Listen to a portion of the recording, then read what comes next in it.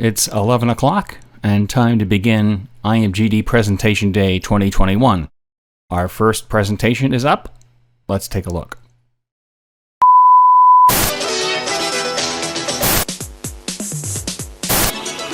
Возможность.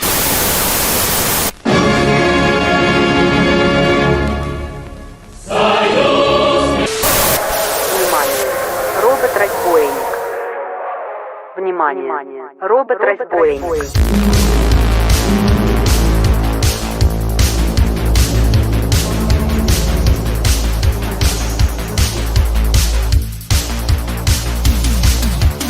Провели вчера самые крупные операции под оккупантов на юге Ливана.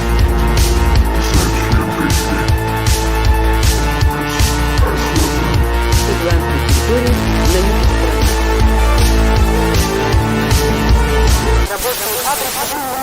Свободно и непринужденно.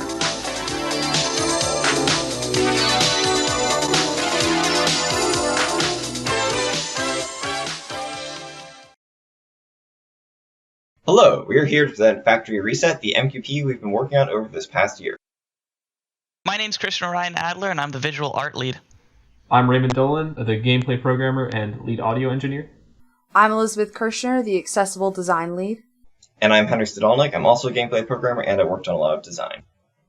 This project was advised by Professor Gillian Smith and Professor Ralph Sutter. So in Factory Reset, use your magnetic powers to push and pull your way through 3 puzzling levels. You play as Fyodor, a lost magnetic robot just trying to find their way home. This project was created with a focus on accessibility. Accessible games are more inclusive, have mental health benefits for players, and additionally increase the game's player base. Accessible features are typically divided into 5 categories: vision, hearing, motor, cognitive, and speech. This game was made for an audience of people who like puzzle games with interesting traversal mechanics and who appreciate the cyberpunk aesthetic as well as the accessibility options.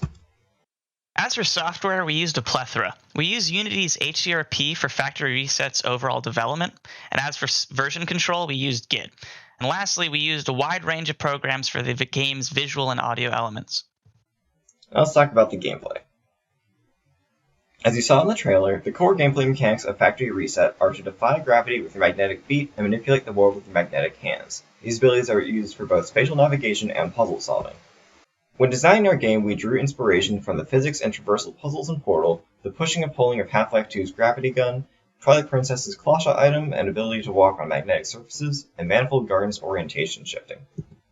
We also strove to keep accessibility in mind throughout our gameplay design. We ensure that players never have to take multiple simultaneous actions and never have to work under time pressure. We also implemented support for multiple types of control modes, like keyboard and gamepad, added options to change certain inputs between toggle and held modes, and let players hide the reorientation animation to reduce motion sickness. Feedback showed that players consistently felt like they understood how to use magnetic hands, but the magnetic feet were more mixed. However, supervised playtesting revealed that players were consistently confused by the difference between the hand and feet abilities and often used them at inappropriate times. Disorientation was also a persistent issue due to the nature of reorientation mechanic. We believe we can mitigate this by revising the environments to have better signifiers of directionality. But fortunately, a majority of players did not report significant motion sickness despite this being a key concern of ours. So let's move on to aesthetics. We started this project with the goal of making a game utilizing the expansive genre known as cyberpunk, which is a genre of science fiction that was popularized in the 1980s cinematic Gilded Age. We also wanted to use bright, vibrant colors contrasting with the juxtaposition of cyberpunk's urban decay. Cyberpunk as a genre usually portrays super-capitalist dystopias, and we wanted to try for a new, fresher perspective. Photographer Frederic Schaubin reveals buildings from the Soviet republics, which he considered to be the fourth age of Soviet architecture. In his pictures, reveals an unexpected rebirth of imagination that took place in the 1980s, which he coined as Soviet punk. What we wanted to do is bring that vision of the future to the future. As for our art style, we approached Factory Reset with a more realistic aesthetic, utilizing that mix of Soviet punk aesthetics and retro-futurism. We also wanted a mix of industrial grit, paired with the bright, clean-cut sci-fi future element. Lastly, in terms of lighting, we wanted to achieve vibrant and contrasted lighting. As for our player character, Fyodor was actually inspired by the Russian humanoid robot sent to the International Space Station in 2019. We wanted this robot to actually feel like an achievable item or a robot that actually exists in the real world of our game. In terms of colors, we approach this with accessibility in mind. In your eyes, color receptors can see red, green, and blue. However, in some forms of color blindness, you can only see two. This is called dichromatic vision. In modern color theory of complementary color pairs, red and blue were chosen for gameplay objects such as polarity boxes, so that anyone, regardless of color blindness or not, can distinguish between the boxes and colors. Moving on to lighting, environmental lighting was broken up into two parts, orange and teal, which are also complementary color pairs as aforementioned. They work very well with the different various types of color blindness, as well as breaks up the monotony of the level using lightness, a la more of a warmth and a coldness. As well, contrasting the lighting allowed focal direction of the player to be directed to specific gameplay elements. Moving on to user interface, we used clear and concise indications in order to best allow the player to understand what's going on. We also utilized a clean sans serif font, considered one of the most readable styles of fonts available for screens. We try to cut back on all unnecessary information as to not lose players through, the convoluted player menus. And lastly, we added an accessible high contrast option in order to better see the menu. As for the heads-up display, it was designed to show the current state of the player's hands and feet, their current orientation, how they can interact with what they're looking at. Over the course of development, we updated these based on feedback to make the indicators more visually clear and less redundant. A little bit about the audio aesthetic. The team used a synthesizer and the flanger for a lot of the sound effects to make the sounds in the game more robotic. Additionally, we worked with some native Russian speakers for the spoken dialogue in the game. Using inspiration from some Russian post-punk bands, we created 2 music tracks using heavy synths and spacey guitar that play in the background to enhance the atmosphere of the game. Now we're going to move on to our accessibility features. We implemented support for external controllers as well as fully remappable controls. This was implemented using Unity's new input system. This allows players to fully customize the play experience to fit their motor needs. The menu was also designed to be navigated by all supported control types. Individual audio settings make it easier for players to understand and differentiate between individual audio mixes, especially dialogue. The inclusion of subtitles makes the game much more inclusive of a large number of people. Our settings also allow players to adjust the speed, size, and opacity of the subtitles. And lastly, for graphics, our option to reduce camera motion for the boot mechanic is intended to mitigate motion sickness caused by the mechanic. Our teacher and playtesting session revealed that very few players were actually discovering all these features that we were offering. So to mitigate this, we began showing the settings menu at the start of the game. This change led to a significant increase in the use of the settings, which indicates a huge overall improvement of feature discoverability. And for us, this was a big success. Now a bit about our project's results. So we conducted 3 rounds of playtesting. The first was Alpha Fest in B term, the second was within the WPI community in C term, and in the final round we reached outside the WPI community in D term on various subreddits, discords, and on our public Twitter. We also conducted individual supervised sessions with the developers. We received a number of positive responses to our game. Many players enjoyed the concept of the mechanics, the aesthetics of the game, and the wide range of customizable settings presented. Several players reported issues with performance, those without a dedicated graphics card, those with lower to mid-range computers, and those with 4K screens had trouble running the game at a stable and enjoyable frame rate. We learned a number of things about our playtesting procedure from this project, namely that we should use required questions to tell where playtesters are coming from. Also, we should have used individual IDs for playtesters in order to view their entire responses. To summarize the conclusions we came to, device-related performance was a major barrier to accessibility, first-person reorientation was inherently non-inclusive, and the discoverability of accessibility settings is critical to their use. We do have one final build coming for ShowFest, which will address performance issues, improve the directionality of the environments, and include new accessibility features. A couple screenshots from that build can be seen here. So again, please come check out Factory Reset at ShowFest on May 7th. We also plan to release the game for free on itch.io at the end of the term, so follow us on Twitter at FR_WPI to stay updated. Thank you very much.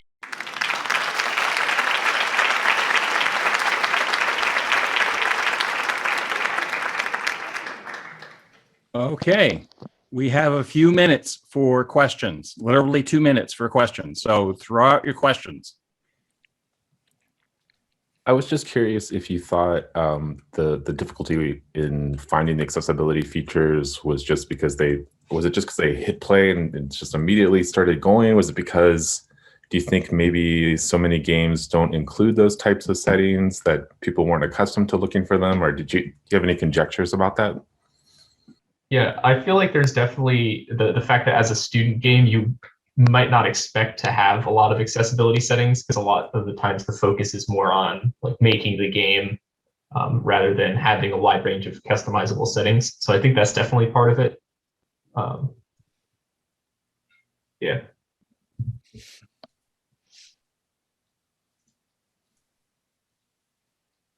Any other questions?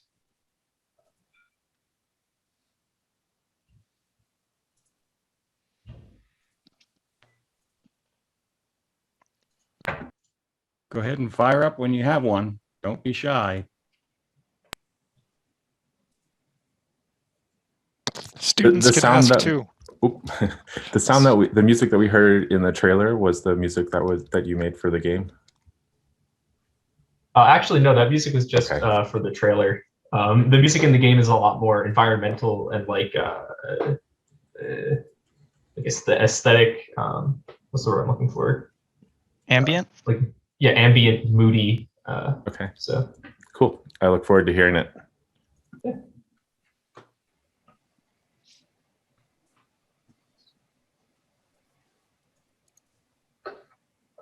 Any other questions before we move on?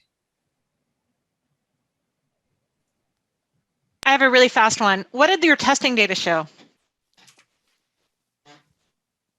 Like surprising. I watched your charts. Like, what were you surprised by? Yeah, well, there was this one from our C to D term playtesting where this is the same question asking about what settings people used. And so this showed a big increase in use after we moved the menu to the front of the game to show that, hey, we have all these settings. Also, it showed that not that many people were getting motion sick from our game, but a lot of people were getting disoriented, which we found to mean that disorientation was kind of a key part of the game because of how you reorient yourself. But the lack of motion sickness was a good thing for us because we were worried about that. One thing that was interesting was that there was a discrepancy between how players felt they understood the mechanics and like how they actually were when we observed them, how they actually use them. Because one of the most recurring things is players would think that they had to turn on the gloves to pull to it, turn on their hands to pull to a surface, even though that's a separate thing entirely. And so they would just be running around with the magnet gloves turned on the entire time. That's interesting. Make comments someone got confused. They're like, did I just use a negative to pull myself to this negative? Like, wait, that's not how magnets work. But so there was a okay, it is 11:15. It is time to continue. I'll stop sharing. Thanks for having us. And our next team coming up is Buried Voices. Yes, we're here. Great. Okay, I'm going to start by showing their presentation video. Here it is.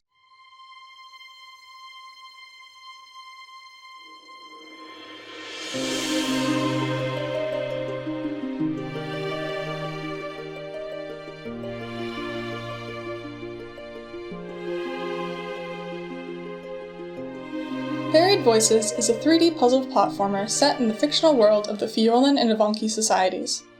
Playing as a young mixed-race woman named Kura, you sneak into the legendary library where you discover how the Fiolan have manipulated history to keep the native Avanki population marginalized, and how far they will go to keep these truths hidden. In this demo, which consists of the first floor of the library, challenges revolve around themes of denialism, censorship, and erasure. In exploring the library and solving puzzles, you will uncover books and artifacts that reveal the true history of your nation. Puzzles are not the only obstacles, however. menacing guardians gatekeep sources of knowledge, and other citizens visiting the library cling to the information they were taught. We wanted to craft a game that would be fun to play, but through its narrative and gameplay would also address the real-world issues of historical negationism and bias as used to benefit, denigrate, and conceal. We also wanted to draw attention to how education and information access play into these issues. The game opens with Kura recording a message through the echo vessel as she approaches the library. Her monologue reveals some of the motivations behind the library infiltration plot.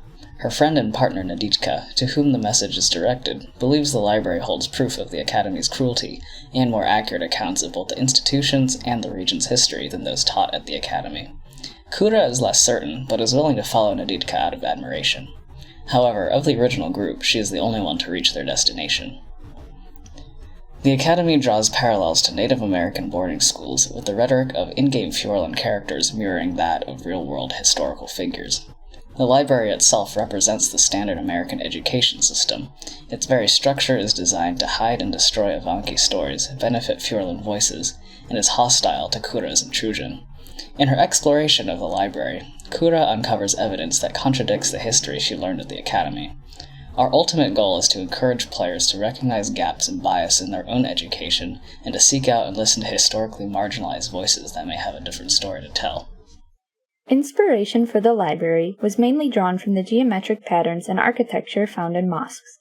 Mosques that specifically helped inform the environment's design include the Hagia Sophia, the New Mosque, and the Blue Mosque. We wanted to use sharper geometric designs to represent the Avanki culture to contrast with the more European-inspired designs of the Fjorlan culture. Additionally, the architectural structure of larger mosques captured the scale we wanted for our environment, with large pillars and tall ceilings. The large, open space found in these mosques translated well to our environment to accommodate for gameplay, and allowed for plenty of room to fill with puzzles and for the player to move without obstruction. While the Avanki architecture of the game world features geometric designs and a blue and orange color palette, much of the furniture in the space is Fjorlan and features intricate, curved designs with a green and red color palette. The environment was designed and modeled to be modular, with individual columns, wall pieces, floor pieces, and ceiling pieces. This allowed for the environment to be quickly constructed, duplicated, and modified if needed. Initially, the size of the rooms was much smaller and did not allow enough room for the player to navigate the space, so with the modular components, we were able to quickly expand the room sizes. When creating Kura, our goal was to tell her story through her design. She wears bright Avanki clothing along with armored pieces influenced by her Fjorlan upbringing. Wearing metal armor is a part of Fjorlan culture. However, Kura has modified hers to include Avanki markings, part of her quest to uncover and understand the truth of the past. Different parts of her outfit and color scheme draw influence from a wide range of sources to inform the player of her origins and motivations. Our goal for her overall character design was to show an overlap of Avanki and Fjorlan culture.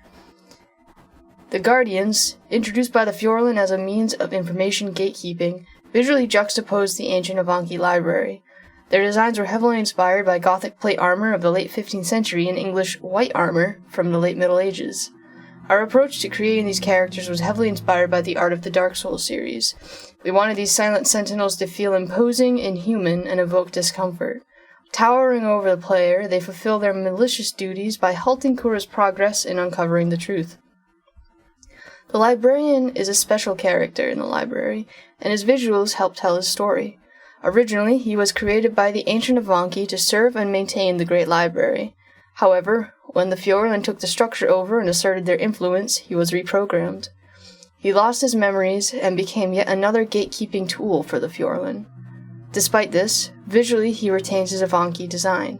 We gave him a blue and gold color palette that matches the environment, and his armor is covered in Avanki symbols.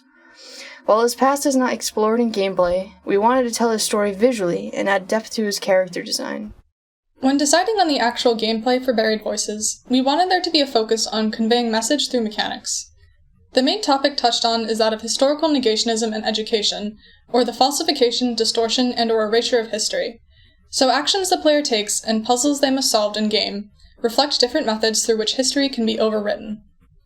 In the first two rooms Kura encounters, she must sneak her way around malicious guardians that patrol the bookshelves guarding knowledge from Avanki hands, navigating challenging platforming sections in order to escape a space where her Fjorlin counterparts experience no such difficulties. In the third room of the library, what once was a veritable wealth of Avanki knowledge is physically blocked off by a Fjorlin puzzle lock, which Kura must solve in order to access the information. And throughout all these rooms, Kura utilizes reminiscence, the Avanki magic she's woefully unpracticed in due to her time at the Academy, to restore the memories left behind in Avanki books, artifacts, and even the very walls of the library itself that talk of the true history of the conflict between the Fjorlin and the Avanki. At the same time, she must use Fjorlin farcasting, a kind of telekinesis magic that she was forced to learn and is attempting to abandon in favor of reminiscence throughout her journey. The game is built using the Unity game engine with all of our core gameplay systems built from the ground up in C#.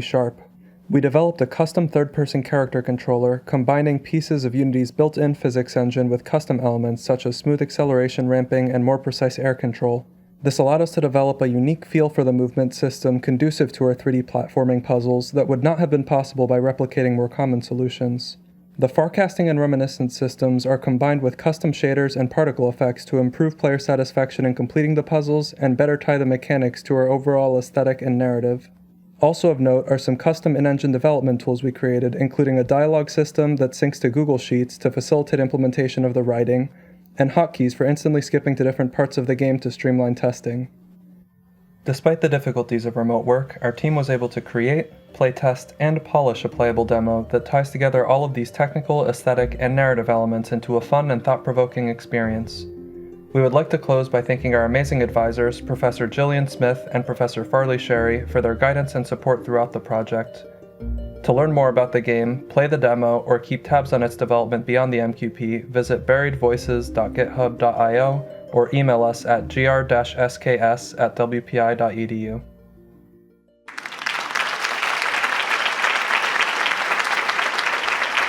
Okay, questions for this team? Amazing job all around. Curious, do you have any future plans for the game? Are you going to continue development or? Yeah, so the scope of the MQP we very quickly narrowed down to kind of doing a vertical slice. We wanted a full polished demo of the first floor of the library, so you can play it start to finish. It's a full demo, but we do plan on developing the game further after a short break and hopefully releasing it. That's kind of on our radar, but post D-term discussion for us. Awesome. It seems that your game has some cool, fun puzzle elements, and it also has sort of a serious games element where you're trying to kind of convey societal strife stuff in modern day. I'm curious about your playtesting and evaluation. If you've kind of you did some playtesting, it sounded like, what did it show, and have you looked into sort of more than just is it fun and mechanics? Do the mechanics work? Have you looked into other things people might be getting out of your game? Yeah, so the rounds of playtesting we've done so far were an alpha fest. And at that point, we had a very different environment. It was more gray boxed at that point. And then we ran another playtesting session last term. And those were like observed playtesting sessions to see if people understood how to approach the puzzles and what effects their actions were having, as well as the movement system at the time hadn't been perfected yet. So we got a lot of feedback on improving those, as well as the aesthetics. And then our final round of playtesting is ongoing, so we don't have statistics from that just yet. But overall, our goals through playtesting were just seeing if people understood the puzzles and how we could improve development as we were going along. Is there time for some more questions? Dean had a question in the chat. Yeah, I wrote it down. I'm curious about how the narrative formed on this. Did you put together some sort of treatment? I know there's a nice system for dialogue and stuff, but there's such kind of a rich world building here that I'm curious how that came together. Yeah, essentially we had a series of design documents that were dedicated to different aspects of the story. So we had documents for the characters, we had documents for the world, documents for the the magic system and the kind of world building behind it, which was separate from all the dialogue work that we did. And that was all you, Issa? Well, so as a group, we came up with a lot of the original concept for the game, and then as the writer, I spent a lot of time working on the world building and characters and the story. So yes. Yes. Okay. Humble. And I mean that ironically. You are being humble when you shouldn't be. Sorry.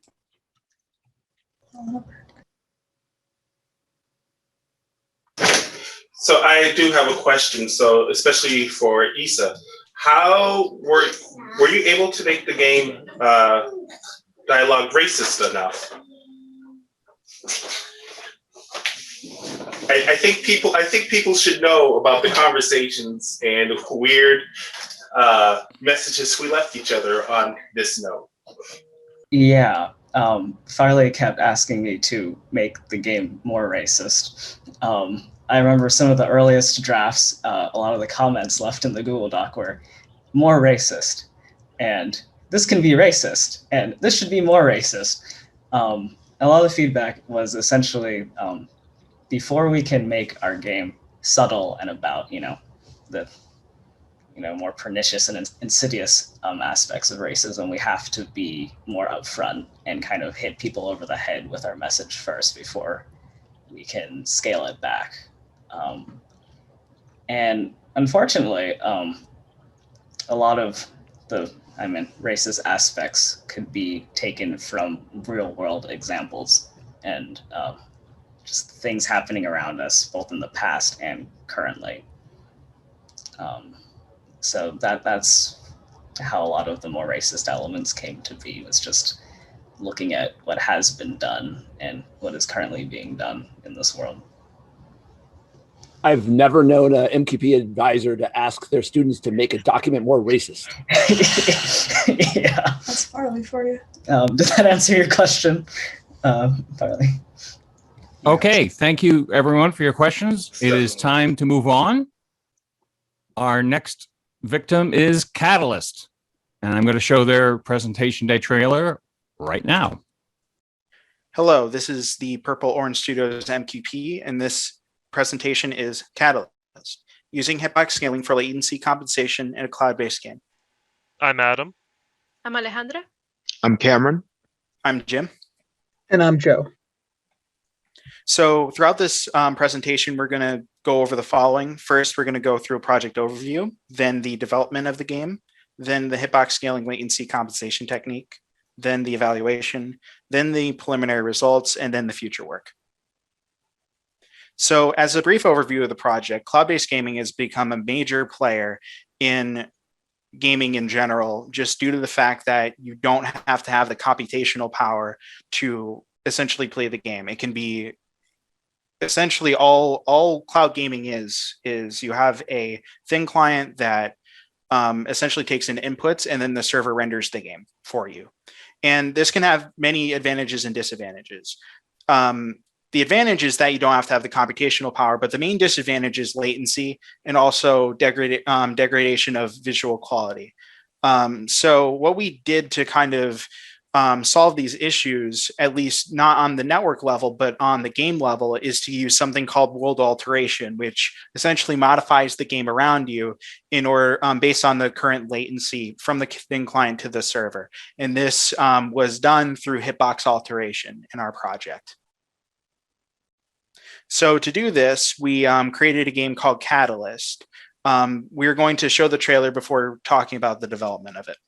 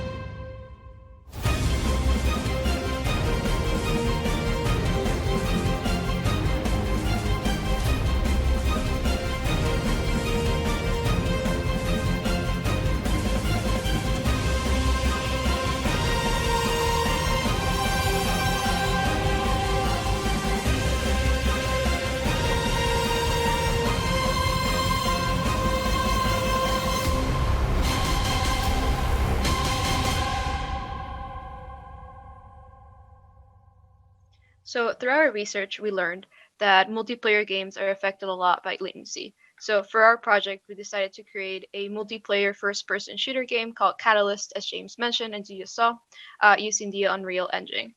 So one of the main inspirations for a game was another game called Spellbreak, which uses different gauntlets that are attached to different elements and allow players to use different spells. We also were inspired by Dota's Invoker character, which uses 3 elements in order to combine 10 different spells.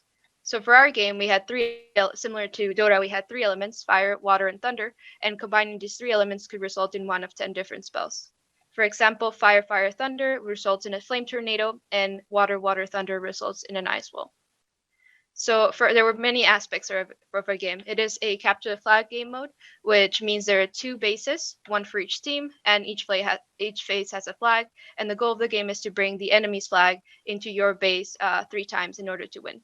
And we also, for the design of the map, we wanted to encourage players to interact with one another. So we created a kind of hole that players can die if they fall in, to kind of encourage us to go around and fight against each other and use the spells. It is an online multiplayer, as we mentioned, so there's a host, and then people can join the game. The host can decide how many players he wants on each team, and it limits the game to that limit. So for our game, we had some assets from a game by Epic called Infinity Blade, but they weren't super high quality. And then we find out there was another game by Epic Games called Paragon, which it was canceled, but they had developed a lot of really fancy assets, so we decided to use them. So the style of our game is free assets, free sound, free everything. So in order to test our game, we realized that ideally there would be 6 players, 3 for each team, but we realized that would be very difficult, especially during this times with COVID. So we decided to create bots that would use different spells and adapt to the game based on the status. So if their flag was taken, they would go chase the enemy that had the flag, and if they were carrying the flag, they would use defensive spells. So these helped us so that we only needed 2 users per study. There's also a chat bot feature in order for teams to interact with one another. And finally, we added a training mode so that people could get familiar with our spells. Right. And in order to address that problem that Jim mentioned earlier with cloud gaming, our latency computation is based on the principle of hitbox scaling. And so hitboxes, if anyone is unaware, are boxes surrounding the player characters that allow you to determine when collisions happen and when damage should be applied. And so, like Alejandro mentioned, there's the server and client architecture. The server, the host, is connected to all of these clients and it lords over them. It knows latency information about their latencies, how much lag each client is experiencing, and can calculate scale values based on a formula. And so then every player, every client, and the host will have a list of the hitbox sizes that they should scale their own hitboxes to accommodate for the enemy's latency so that the enemy will have a fun experience. And so each player at any given time has what we call a base state or outer hitbox, which is based on the latency value of the player with the worst latency on the enemy team. So that's the worst case scenario. And once something hits that, one of 2 things can happen. Either it registers a hit because it was that player with the worst latency on the enemy team, in which case that's good, that's the hit. If it wasn't that player, then it will shrink down to the appropriate size for that player who's different, and one of 2 things can happen after that. It can either actually go through, continue on its path, and hit that newly scaled hitbox, in which case it's a hit at the appropriate size for that appropriate latency, or it can miss, and it can miss just in general as well. And after some time, after it shrinks down, which is 0.5 seconds, which is just so that we can account for edge cases between 2 players hitting, we'll scale it back up to the original size. And so now we'll see some visual representation of how the hitbox scaling works. At the base, it's very close to the player model. It's basically what that is. At 100 milliseconds, which is a considerable amount of latency, it scales up a lot to accommodate for that latency. And at 200 milliseconds, which is almost unplayable, it's very, very large to accommodate for the player's latency. So for evaluation, we ran a user study in Fuller Labs. We had 2 human players, 1 on each team, alongside 2 AI teammates for a total of 3v3. The one player had no added latency and no compensation on. The other player had a random permutation of 6 different sets of parameters, which consisted of 0, 100, 200 milliseconds of latency, and then compensation on or off. During each trial, we had 1 tutorial match plus 6 3-minute trials. Player actions were logged to a test log file alongside instantaneous latency and an exponentially weighted moving average latency.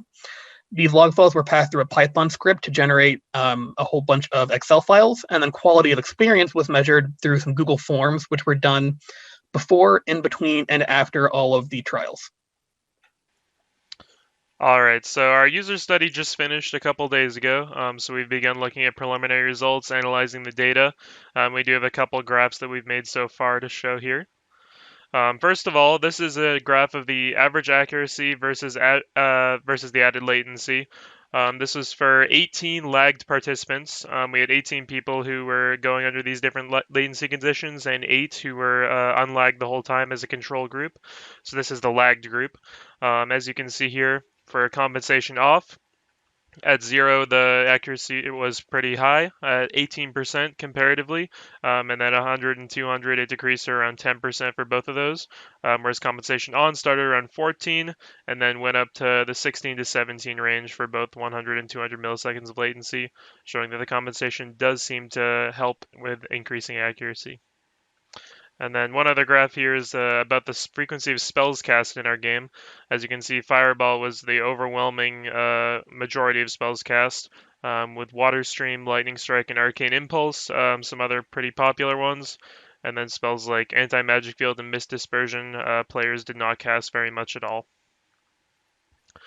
In terms of future work, how this study and the research could be expanded, one way would be to use more complex multiplayer situations, having 3 human players on each side. As mentioned previously, we could only have 1 person on each team with 2 bots due to COVID complications. Another way would be to develop an API in the engine itself that would allow developers to incorporate latency compensation techniques such as hitbox scaling easily into their games. And finally, looking at different types of latency compensation, possibly other world alteration techniques or time-based techniques such as rollback, and how they impact cloud gaming platforms. And that's our presentation. Thank you for coming.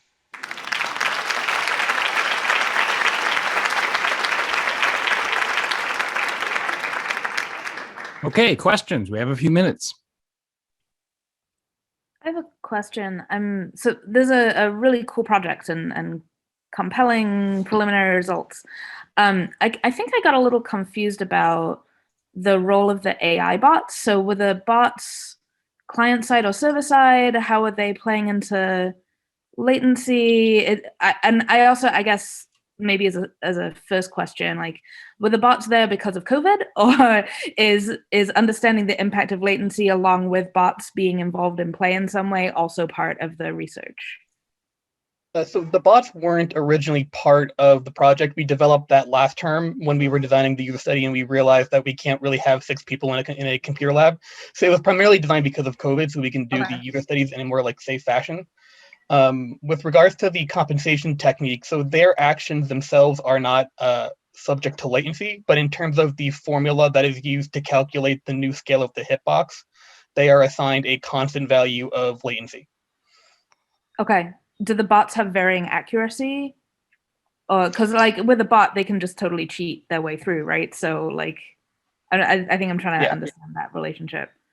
Yeah, so I think the AI when we first made it, it was like a mathematical calculations to make it aim, but then it would never miss. So we had to kind of dumb it down a little bit, and so we would have it face when it perceives the player via sight, it will face at the player's current location, but the player is obviously moving, and so they only update where they are looking every few frames. Okay. In order to make sure that their accuracy isn't perfect. Okay, great. Thank you. Thank you. I have a question about the spell usage. So I was looking at the names of all the various spells, and like Fireball, I know what that is. Lightning, I know what that is. Like Mist Scutum or something like that, I don't know what that is. So I'm curious about the various spells. Maybe the different usages came from the names, but I from what I remember, it wasn't a big like reading game from when I played it at Alpha Fest, though things may have changed. Or could it be the like what happens when you cast it is clearer on some things than on others? Or are they different kinds of spells? Are they crowd control spells versus attack spells, or what have you? What do you think is the difference between the usage of the various spells? There were a number of factors, I believe. I think one of the main factors is just that our user study was based on evaluating player performance under those different conditions. And so the main metric of that player performance was accuracy. So we kind of encourage people to use Fireball and Lightning Strike, which are Lightning Strike is just a sniper spell, a hit scan weapon. Those are spells that we can very easily measure the accuracy and get a fine metric. But the other thing is that the players didn't have a lot of time. The players who joined the user study, they had a quick tutorial match. We ran them through, said, hey, here's some spells you can cast. We'll teach you this spell. We'll teach you this spell and teach you this spell. You can refer to the side tab, but other than that, you're just kind of playing as much as you can. And like you said, there's lots of different spells as well. Some of those spells are defensive, like the Steam Shield you saw puts a shield in front of you. The Mist spell creates mist and teleports you a little bit. So that's less, or it's more situational, I should say. Okay, that's it for this team. Thank you very much to Catalyst. We're now going to move on to our next team, which is Team Nova. And here is their presentation day presentation.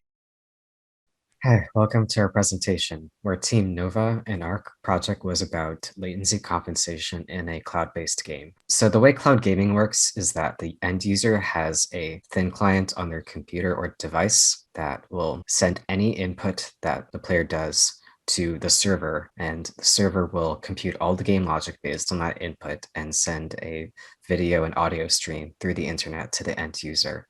And this makes cloud gaming particularly sensitive to latency, especially network latency, because each input has to go through the server before coming back, which then can affect the player's quality of experience and lead to frustration. And one possible way to mitigate this is called attribute scaling. Like in this figure in the game Flappy Bird, if the player was experiencing higher levels of latency, the game would automatically widen the pipes in order to make it a bit easier for the player to play the game, thus preventing the frustration. So for the first part of our MQP, we created a game from scratch using the Unreal Engine, and our game is called Nova, and it is a fast-paced rhythm shooter game where the targets are procedurally generated to the beat of their music, and the player has to shoot as many targets as they can before the song ends. In our game, we use attribute scaling to adjust the amount of time a player has to shoot at each target.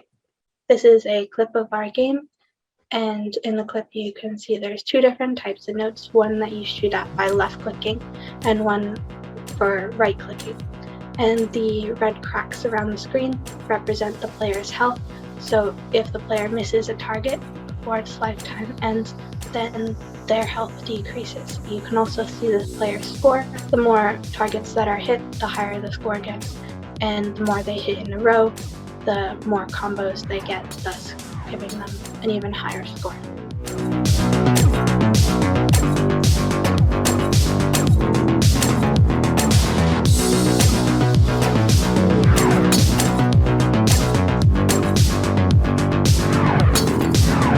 The way we did note spawning is by using a Unreal plugin called Synesthesia. We were able to analyze sound waves of a given music file for their loudness. And what we did is implemented a threshold that we can set to any value and listen for if any of the peaks in a sound wave file go above this threshold, then we'll spawn a note. We also implemented a cooldown to limit the amount of notes spawned at a given time. And we can adjust the cooldown to change the difficulty of the a level being played. For example, if we had a smaller cooldown, we'd have a higher frequency of notes being spawned. We also implemented a form of clustering for notes so that the player would spend less time searching around the area for the next note to shoot at. They will see their next target close to where their previous one was. You can see here, it's all working together as the notes are spawning near one another as the player looks around the screen, and also the notes are ready to be shot right at the peak of the audio. In this figure, you can see how the lifetime of each target plays out. First, the target will appear on screen, then move to a specific location. Then a circle will appear, and when that circle changes color is when the player is now allowed to hit the note. For our compensation technique, we are adjusting that teal line. We developed an equation from another WPI IQP team, which used a version of our game to research the effects of difficulty and latency on accuracy. And we used the weighted moving average of the latency to calculate the window time.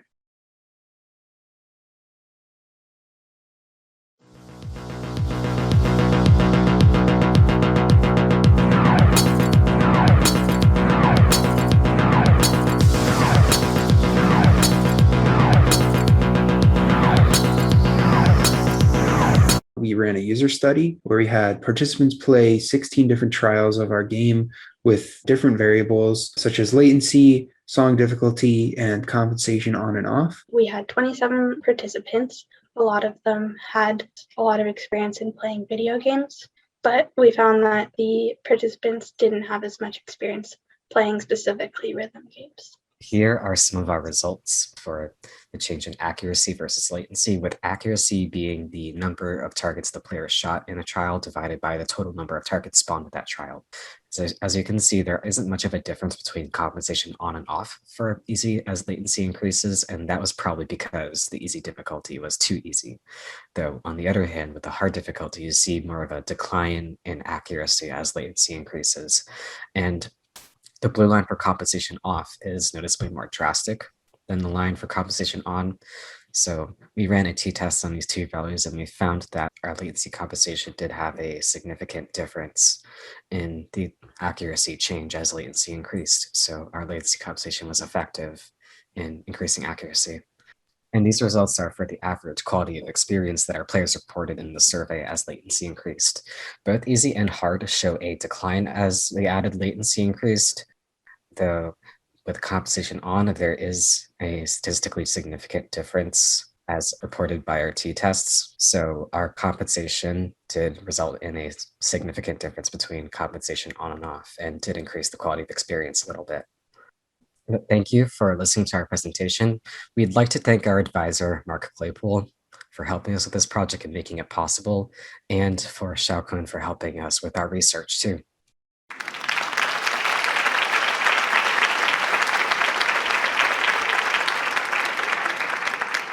Okay, questions for this team? I've got a couple of questions. I think we might have talked about this in the fall. First off, great job.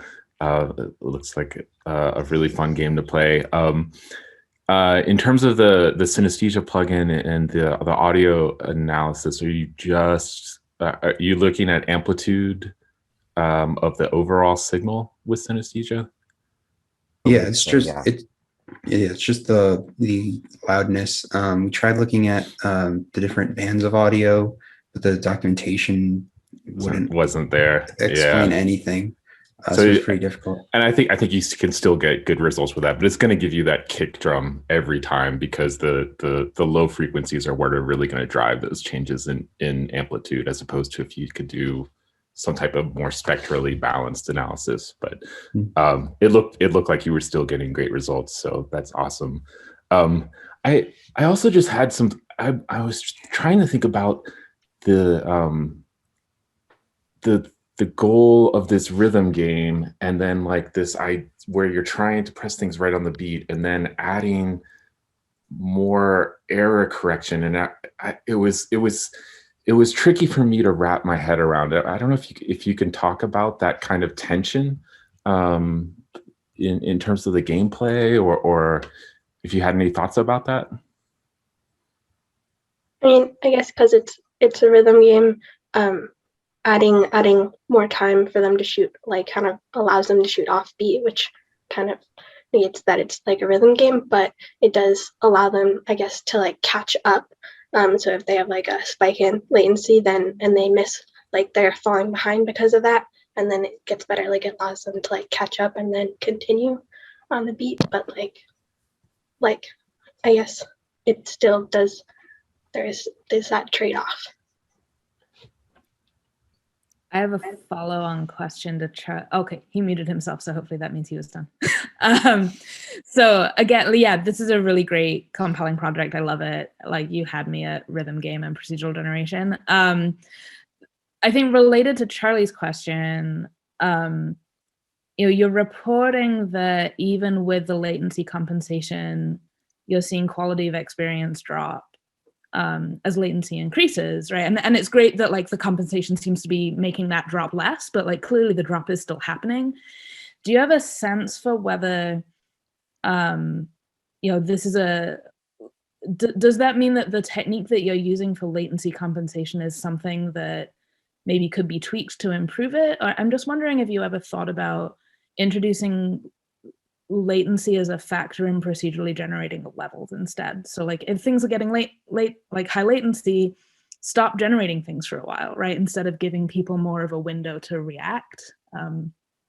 Yeah, could you speak to that a little? Yeah, that's an interesting point, to stop generating for a little bit. But yeah, I think Professor Claypool's running another study this term, tweaking some of the variables within our game to kind of try out different scenarios. I'm not sure like where the status of that is currently, but yeah, we made our game so that we can change like the threshold or the different level difficulties to see what kind of where the sweet spot kind of is, to figure out what the best compensation would be. Yeah, and I think that could be like future work, like because we use procedural generation, it like allows us to change difficulty during the game, which is like, so like that could be future work that's done. I think we're just focusing on like one aspect instead of like multiple. Yeah, no, and to be clear, I'm largely asking you to speculate on like, given what you've learned from this, like what would you do? I guess, do you think that the sweet spot exists in the parameter space that you have, or do you feel like there's some, if you were doing this again, would you model things differently or pick different things to vary?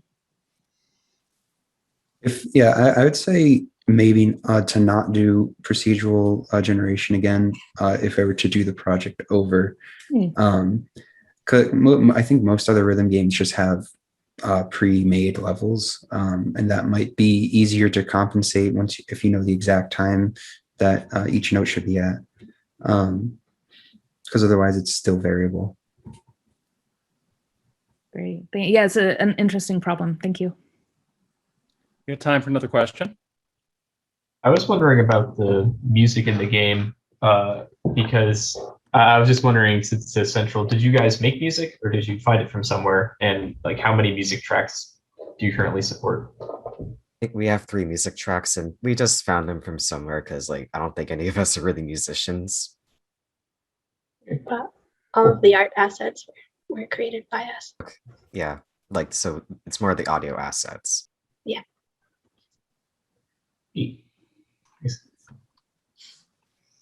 Anyone else? So you said the inputs were for like left click and right click. Did you ever consider adding? This just reminds me of like some Rock Band Guitar Hero type game, but like in 3D space kind of. So it's just like, did you ever play with other input ideas for like buttons and like different like things? Because I could just imagine this being like an exploration rhythm game with like inputs and random stuff. We hadn't thought. Oh, you can go. No, yeah, we hadn't implemented it. That would be cool if you could play it with a different controller, like a Guitar Hero guitar or something. Yeah, that could be something we could do in the future. Anyone else? Oh yeah, I didn't think there'd be time for a question. So I guess for me, one of the questions that I have about trying to make up for latency is, are you guys handling it dynamically, like as the streams get shorter, bigger? Was that an aspect? And like, what happens if somebody just like the game just drops for them?